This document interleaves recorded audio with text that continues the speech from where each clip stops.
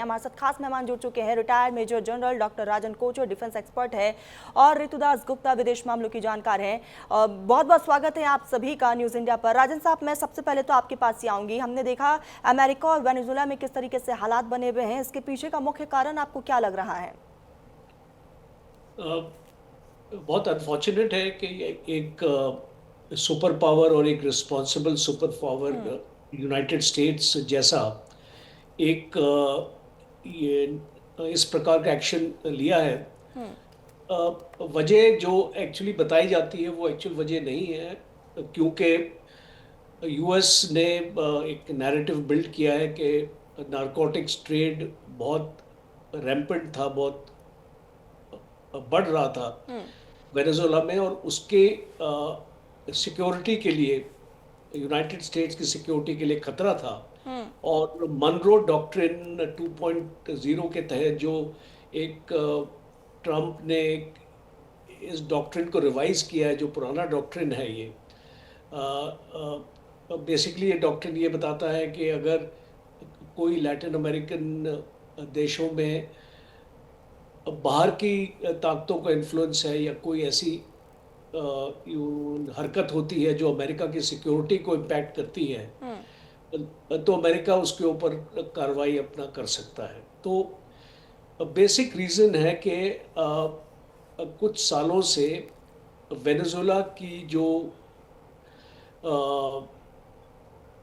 Interaction या उनकी closeness China के साथ बढ़ गई थी, और चाइना के आज की डेट में भी वेनेजुएला में काफ़ी इंफ्रास्ट्रक्चर प्रोजेक्ट्स हैं, और सर्विलेंस टेक्नोलॉजी भी चाइना वेनेजुएला के साथ शेयर करता है, जैसे कि रडार्स हो गए, आपके सर्विलेंस सिस्टम्स हो गए जो लगे हुए हैं, आपके एयर डिफेंस के सिस्टम्स हो गए। तो दूसरा, रशिया भी काफ़ी हद तक वेनेजुएला के करीब आ रहा था।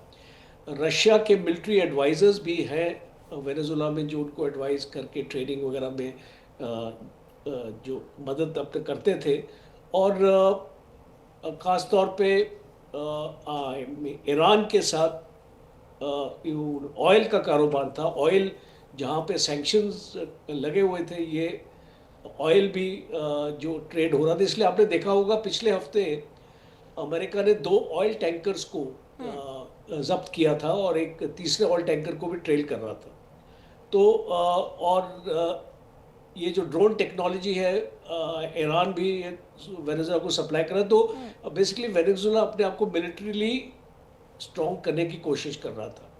अब आप जानते हैं कि ट्रम्प जो है वो अगर किसी को कोई चीज़ करने के लिए बोलता है, और अगर उसको वो रिस्पॉन्स नहीं मिलता है, तो वो एक तानाशाही की तरह, एक तानाशाह की तरह वो बिहेव करता है। उसने, आपको मैं एग्जांपल दूंगा, नाइजीरिया में भी किया यही, बिकॉज तो ये नाइजीरिया में भी कहना जिस गलत चीज़, नहीं होगा कि अमेरिका की तरफ से बौखलाहट में ये कार्रवाई की जा रही है वेनेजुएला पर?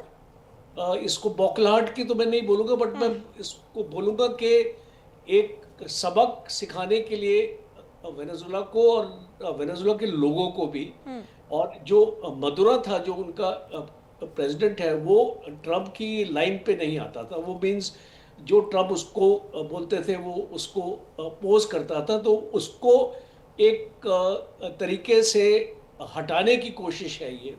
मुझे लगता है कि वेनेजुएला में रिजाइम चेंज होगा, और एक यूएस, प्रो यूएस, अभी आप एक चीज़ और देखिए, जब ये स्ट्राइक होता है वेनेजुएला में, उस टाइम पे ऑपोजिशन लीडर जो है वेनेजुएला का, वो वेनेजुएला में मौजूद ही नहीं है। तो मुझे ऐसा लग रहा है, इस मेरी असेसमेंट है, मैं गलत भी हो सकता हूँ इसमें, मुझे ऐसा लग रहा है कि इस मदुरो को हटाने के लिए एक ये एफर्ट है। मिलिट्री इंस्टॉलेशंस के ऊपर भी स्ट्राइक हुए हैं, जहाँ जहाँ पे चाइना इनकी मदद कर रहा था, वो सारे एरियाज को टारगेट किया गया है। एक मैसेज चाइना को भी दिया जा रहा है, एक मैसेज रशिया को भी दिया जा रहा है कि आप इसको यहाँ पे हरकत मत करिए, बिकॉज ठीक। ये यूएस को, सिक्योरिटी को आपका थ्रेटन करता है। और मुझे लगता है कि इसको मदुरो को हटा के एक हो सकता है ऑपोजिशन का जो लीडर है उसका नाम मुझे याद नहीं आ रहा है अभी, इसको हो सकता है उसको इंस्टॉल किया जाए यहाँ पे, ठीक है। और जो अमेरिका के प्रो हो, जो अमेरिका का साथ करे और चाइना को और रशिया को दूर रखे। और एक चीज इसको समझ आनी चाहिए यहाँ पे, आज हम ये देख रहे हैं कि प्रेसिडेंट ट्रम्प एक नोबेल पीस प्राइज की तरफ बढ़ रहा है। सारी जगह वो एक्चुअली बोलता है कि इसको 9 जगह मैंने सीज फायर कराया, ट्रूस कराई, पीस कराई। तो आज एक नया रूप हम इनका बिल्कुल बिल्कुल देख रहे राजन सर, हैं। अब दोनों मुल्कों के बीच जो है हालात सबसे ज्यादा खराब होते जा रहे हैं। रितु जी, मैं आपके पास ही आऊंगी। नया साल और ऐसे में नए साल की शुरुआत में एक नया वॉर फ्रंट जो है वो खुलता हुआ नजर आ रहा है, लेकिन इसी बीच जो है डोनाल्ड ट्रंप की तरफ से एक पोस्ट सामने आया है जिसमें उन्होंने कई चीजों का जिक्र किया है। ये पोस्ट मैं आप दिखा रही हूँ आपको अपने फोन पर कि ये देखिए, ये पोस्ट है जो डोनाल्ड ट्रंप की तरफ से किया गया, जिसमें उन्होंने कहा है कि the United States of America has successful carried out a large scale strike against Venezuela and its leader president Nicolas who has been along with his wife. यानी कि उनको कैप्चर कर लिया गया है। क्या लग रहा है कि ये नया वॉर फ्रंट खुलता हुआ दिखाई दे रहा है? ये रितु जी, बॉयफ्रेंड खुल नहीं गया, ये बॉयफ्रेंड खत्म हो गया अगर मधुरो और उनकी वाइफ को उन्होंने कैप्चर कर लिया है तो। क्योंकि इसके बाद फिर उनके पास पॉलिटिकल पावर रहा कि वो ऑलरेडी, अब आप देखिए इसका चरम कैसे चढ़े गए हैं। पहले हम सब, पूरी दुनिया ने देखा कि उन्होंने करिबियन के अंदर वेनेजुएला के से आती हुई शिप्स के ऊपर अटैक किया और बोला ये ड्रग्स डाल रहे हैं, ड्रग कार्टेल से। एक भी एविडेंस नहीं दिया, उसमें लोगों की मृत्यु भी हुई तो भी एविडेंस नहीं दिया। किसी को नहीं पता उन बोट्स में क्या था, सिर्फ इतना पता था। लेकिन रितु जी, एक बड़ा सवाल ये हो जाता है कि पहले वेनेजुएला के राष्ट्रपति कहते हैं कि हम इसका डट के सामना करेंगे, अमेरिका से हम डरेंगे नहीं, इसका सामना करेंगे। फिर अचानक से ये सब कुछ कैसे? देखिए, उन्होंने कहा वो डट के सामना करेंगे, पर आप समझिए ना उनकी फोर्स कितनी छोटी है। कुछ आई थिंक 100,000, 120,000, 100,000 के करीब ही उनकी एयरफोर्स, मिलिट्री और नेवी मिला के उनकी फोर्सेस बनती है।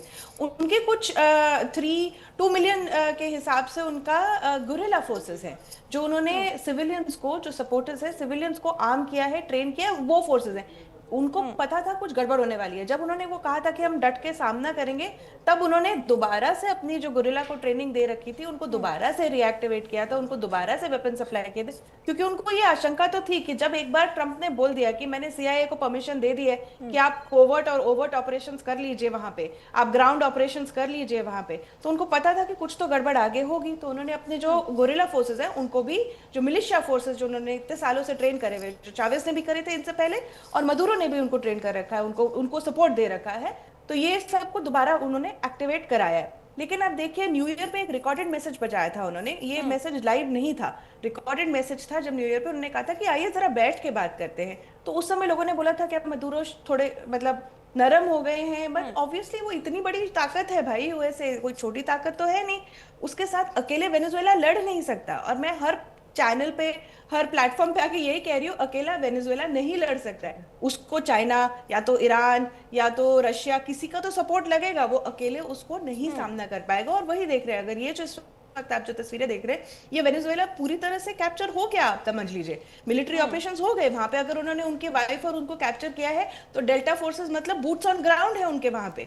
बूट्स ऑन ग्राउंड होने का मतलब अमेरिकन सोल्जर्स वहां खड़े हैं दूसरे देश में, दूसरे देश के प्रेसिडेंट। यानी कि श्रुति जी, वाकई इसके पीछे विदेशी ताकत है, वाकई इसके पीछे चीन और रशिया है? नहीं, इसके सपोर्टर जरूर चीन और रशिया, चीन के व्यापार जरूर थे, रशिया का सपोर्ट जरूर था। लेकिन जहां तक मैं अब मानती हूँ, मेरा पर्सनल ओपिनियन ये है कि पुतिन और ट्रंप के बीच में ट्रेड ऑफ हुआ है कहीं तो डिप्लोमेटिकली। ट्रेड ऑफ ये हुआ है कि आप यूक्रेन युद्ध में अपना जो है सपोर्ट थोड़ा हल्का कर दीजिए और मुझे आगे आके उस युद्ध को मेरे तरीके से खत्म करने दीजिए, और मैं इसके बदले में आपको वेनेजुएला के अंदर एक शब्द नहीं बोल के दूंगा। तो इस वक्त आप देखिए, जब से चाहे वो करीबियन सी के अटैक्स हो, चाहे वो वहां पे मिलिट्री एक्सरसाइजेस हो, चाहे वो नो टाइम इशू करना वेनेजुएलन एयर स्पेस के ऊपर हो, इसमें से कहीं पे भी क्रेमलिन की तरफ से कोई भी रिस्पॉन्स नहीं आया है। बहुत शांत तरीके से उन्होंने डील किया। भाई उनको डिप्लोमेटिकली जो उन्होंने एक दो पीस एंड क्यूज जो उनको माइंड करने होते हैं वो कर दिए, लेकिन कोई स्ट्रॉन्ग रिस्पॉन्स रशिया की तरफ से नहीं आया। चाइना से भी बहुत हल्का रिस्पॉन्स आया। मैं आपको एक और बात नोट करवा देती हूँ, कल रात चाइनीज एनवॉय थे वहां पे वेनेजुएला में, मदुरो के साथ उन्होंने फोटोज खिंचवाई हैं वहां पे। वो पूरा एक उनका एक इनवॉइस सिस्टम वहां पहुंचा हुआ था। चाइनीज यूएस एम्बेसी एम्बेसडर को बुला के वहां बात करी है। तो मतलब चाइनीज एम्बेसी को बता दिया गया कि कुछ होने वाला है, आप अपने इनवॉइस का आगे क्या आप सतर्क करना चाहते करिए। क्योंकि आप ये देखिए, जो अगर वो अटैक कर रहे हैं मदुरो के घर को, तो मतलब उसी के आसपास, मेन कैपिटल के आसपास ही ये सारी हरकतें हो रही है। तो वहां पे अगर आपके दूसरे देश का एनवाय पहुंचा हुआ है तो आप एक डिप्लोमेटिक ट्रबल में पहुंच जाएंगे। तो चाइना को ये खबर रही होगी कि कुछ होने वाला है और बहुत घातक घातक होने वाला है, जैसे हम देख रहे हैं। तो उन्होंने कुछ किया नहीं है, अब तक कोई रिस्पांस नहीं आया, वहां बात होगी तो मतलब शायद चाइना ने भी कोई ट्रेड ऑफ किया होगा, या वो इसका शायद फल बाद में देंगे। तो ये बहुत अलग लेवल की जियोपॉलिटिक्स चल रही है।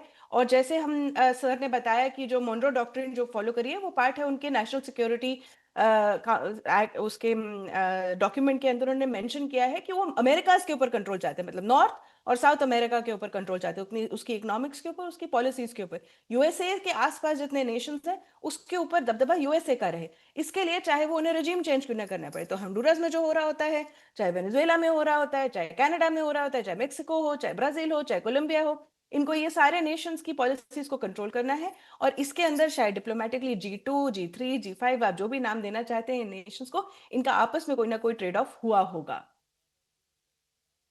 बात यही होगी क्या वेनेजुला का आखिर होगा क्या? राजन साहब, मैं आपके पास ही आऊंगी। क्या वेनेजुला इतना सक्षम है डिफेंस तौर पर कि वह अमेरिका से डटकर सामना कर पाए? देखिए जी, आपको श्रुति जी ने बता दिया, there is no comparison in military strength. Venezuela की फौज तकरीबन 1 लाख है, यूनाइटेड स्टेट्स की फौज तकरीबन 14 लाख है। तो डिस्पैरिटी फौज की स्ट्रेंथ को तो आप अलग कर दीजिए, आप इसको वेपन सिस्टम्स, एयरक्राफ्ट्स, आप जो भी उनके पास ऑफेंसिव है, मिसाइल्स, तो ये सारी चीज़ें लड़ाई की स्टेट में ये दोनों अभी नहीं आएंगे। देखिए, आपने अगर उसके प्रेसिडेंट को उठा लिया है तो इसको बात यहीं पे ख़त्म हो जाएगी, रिजाइन चेंज हो जाएगा, दूसरा आदमी यहाँ पे इंस्टॉल कर दिया जाएगा। और बाकी जहाँ तक लोगों का सवाल है, इसको लोगों की ओपिनियन का एक्चुअली सवाल है, वो शायद जो भी आएगा इसको वेनेजुला में जो भी टेक ओवर करेगा वो उसको कंट्रोल कर लेगा, बिकॉज सिक्योरिटी मैकेनिज्म आपके पास है, आपके पास पुलिस है, आपके पास फौज है, आप अपने, और कोई इतना बड़ा देश तो है नहीं वेनेजुला। और इसको अगर अमेरिकन भी अगर वहाँ पे आ गए हैं और अगर ट्रूप्स ऑन ग्राउंड है तो वो इतना जल्दी छोड़ने वाले नहीं है उस जगह को भी। तो पूरी तरीके से डोमिनेशन है। और अमेरिका ने कुछ कंटिजेंसी प्लान्स भी बनाए हैं। देखिए, आप जब ऐसे ऑपरेशंस करते हैं, कोई भी देश होगा वो अपने कंटिजेंसी, अपना प्लान ए और प्लान बी लगाएगा। तो ये अगर इनका ये प्लान अगर सक्सेसफुल हो गया है, बिकॉज इनका ऑब्जेक्टिव था कि जो इसको इसके प्रेसिडेंट को इसको वहां से उठाना है, तो वो ऑब्जेक्टिव इनका पूरा हो गया। और कौन इंटरफेयर करेगा? आज कोई भी लैटिन अमेरिकन कंट्री के पास इतनी ताकत नहीं है कि वो इसमें इंटरफेयर कर सके। कोलंबिया इंटरफेयर नहीं करेगा, ना ही कोलंबिया कोई स्टेटमेंट्स देगा। इसको कोलंबिया ने एक स्टेटमेंट दिया है खाली, इसको कोलंबिया ने बोला है कि यूएन को इंटरवीन करना चाहिए। अब यूएन में कौन है इंटरवीन करने के लिए? अगर इसको अमेरिका जो सिक्योरिटी काउंसिल में है और उसको वीटो कर देगा, इसको कोई भी क्वेश्चन नहीं आएगा। चाइना और रशिया भी अगर कोशिश करेंगे तो उनकी बात बनेगी नहीं। तो यूएन की तरफ से अगर कोई भी पीस कीपिंग या कोई भी मीडिएशन होता है, उसका सिक्योरिटी काउंसिल को अप्रूवल उसको मिलना चाहिए, और इसको यहाँ पे मिलेगा नहीं क्योंकि वो वीटो हो जाएगा। और जहाँ पे अगर हम रशिया की बात करें, चाइना की बात करें, वो यहाँ इंटरफेयर नहीं करेंगे, बिकॉज ये डायरेक्टली जिस तरीके से ट्रंप ने इसको पिच किया है, ट्रंप ने बताया है कि ये इसको अमेरिका का सिक्योरिटी कंसर्न है। और ये जो फर्स्ट अमेरिका की जो पॉलिसी है, जो हम इसको मान के चल रहे हैं, मनरो डॉक्ट्रिन में लिखा हुआ है फर्स्ट अमेरिका पॉलिसी। और फर्स्ट अमेरिका इसको पॉलिसी का मतलब है कि ये वेस्टर्न हेमिस्फीयर बोलते हैं अमेरिका, जिसको वेस्टर्न हेमिस्फीयर बोलते हैं, ये जो वेस्टर्न हेमिस्फीयर का जो पूरा एरिया है जहाँ पे ये कंट्रीज हैं, इसको श्रुति जी ने नाम लिया था, जैसे कि आपका ब्राज़ील हो गया, आपका मेक्सिको हो गया, आपका कोलंबिया हो गया, इस टाइप की कंट्रीज है, वहाँ पे टोटल डोमिनेंस अमेरिका की रहेगी। और कोई बाहर का देश, चाइना, रशिया, यहाँ पे दखल नहीं दे पाएगा। और एक स्ट्रॉन्ग मैसेज आज ट्रंप ने चाइना और रशिया को भी दिया है। इसको ये बताया कि हम केपेबल हैं ऐसे एक्शंस करने के लिए, और अगर आप कोई और लैटिन अमेरिकन कंट्री में अपनी कोई हरकत करते हैं तो उनका भी यही हाल होगा। So this is a strategic signalling, हम बोलते हैं इसको जियोपॉलिटिक्स में। ये एक स्ट्रेटेजिक सिग्नलिंग है इन देशों के लिए कि आप जो है ना सेंट्रल अमेरिका से दूर रहिए, इस क्षेत्र में आने की कोशिश मत कीजिए। तो मुझे ये लगता है कि ये एक फार रीचिंग डिसीजन है प्रेसिडेंट ट्रंप का, और ये सोचा और समझा डिसीजन है। देखिए, ट्रंप ने काफी टाइम दिया था मुद्रों को, बहुत वार्न किया था। आपने इसको देखा होगा, उनकी शिप्स को इंटरसेप्ट किया, उनकी शिप्स को ट्रेल किया, कुछ ड्रोन अटैक्स भी हुए थे बॉर्डर एरियाज में, अमेरिका ने किए थे। तो सफिशिएंट सिग्नलिंग अमेरिका ने इसको दी थी कि आप इस लाइन पे आ जाओ, और इस चीज को हमको एक अश्योरेंस दो कि आप जो आपका नारकोटिक नहीं होगा। बट वो इंटरनली रशिया और चाइना का मामला था ये। तो मुझे ऐसा लगता है कि अभी फिलहाल जो ये ज्यादा मतलब escalate एक नहीं बहुत बड़ा मैसेज अमेरिका के जरिए जो है जरूर दिया गया है बाकी देशों को। श्रुति जी, मैं आपके पास ही आऊंगी, क्या लगता है वाकई वेनेजुएला के सपोर्ट में कोई मुल्क आ पाएगा?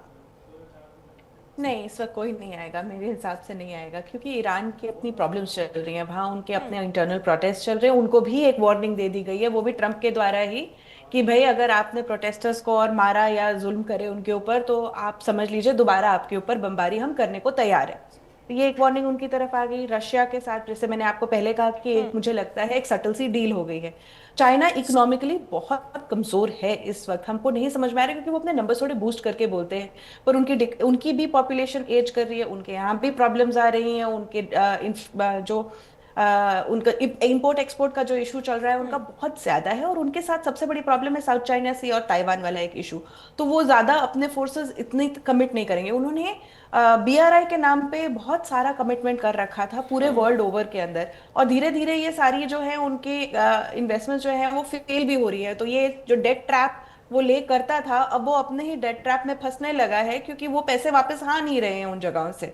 तो उसको ना, उसका वो डेवलपमेंट उस हिसाब से, जिस हिसाब से, जिस स्केल से, एक्सपेंशनिस्ट व्यू से उसने सोचा था वो करेगा, वो नहीं कर पा रहे। तो चाइना भी उस हाल में अभी नहीं खड़ा है। तो आप अगर, जैसे मैं आपसे शुरुआत में हमने बात शुरू करी थी, कि बात शुरू हुई थी शिप्स को मारने से, फिर हम ड्रोन अटैक पे आ गए, अब आपने सिटी कैप्चर कर ली, उसके बाद उसके प्रेसिडेंट को कैप्चर कर लिया। ये कोई एक दिन में तो नहीं हुआ, हमने महीनों से इस बारे में बात बिल्कुल कर रहे श्रुति जी, हैं, और ऐसे में तभी भी सभी कोई की नहीं नजरें आया। इस बात पर ही टिकी हुई है कि वेनेजुएला का भविष्य क्या होगा और उसको कौन अब टेक ओवर करता है। मैं बता रही हूँ, मैं बताती हूँ कौन टेक ओवर करेगा। मरिया करके एक हैं जो नोबेल पीस प्राइज जीत के वहां पे व्हाइट हाउस के अंदर ही बैठ के खड़े होकर उन्होंने कहा था कि मैं कैपिटलिज्म में विश्वास रखती हूँ, जो सोशलिज्म ने, जो सोशलिस्ट इकोनॉमी है उनकी, उसके खिलाफ। और उन्होंने कहा था कि मैं अपना मार्केट, वेनेजुएला का मार्केट पूरे तरह से यूएसए और उसकी सारी कंपनीज के लिए खोल दूंगी, और जो ऑयल रिजर्व्स हैं वो यूएस की कंपनी 1999 से पहले जैसे लिया करती थी वापस से उनको बिल्कुल बिल्कुल। और श्रुति जी, वही देखने वाली बात होगी कि अब आगे क्या भविष्य में रहने वाला है। फिलहाल राजन साहब, श्रुति जी, आप दोनों ने अपना बहुत कीमती वक्त न्यूज इंडिया को दिया, बहुत शुक्रिया आप दोनों का। फिलहाल बुलेटिन में बस इतना ही, आप देखते रहिए न्यूज इंडिया।